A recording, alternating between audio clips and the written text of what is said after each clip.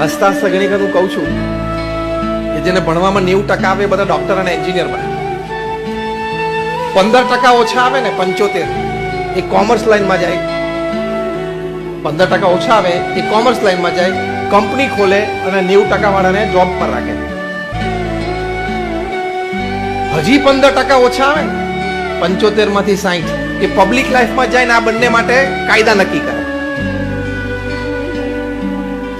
અને just casual હસતા હસતા વાત, હજી 15% ઓછા આવે એટલે 45% અંડરવર્લ્ડ આવે ને આ ત્રણેયને કંટ્રોલ કરે.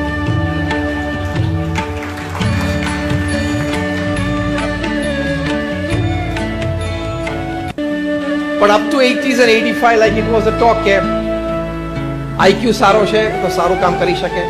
પછી ઇન્ટેલિજન્ટ ક્વેશ્ચન, પછી ઇમોશનલ ક્વેશ્ચનની વાત આવી કે it is empathy. You understand the feelings of the person, you understand your feelings, emotion.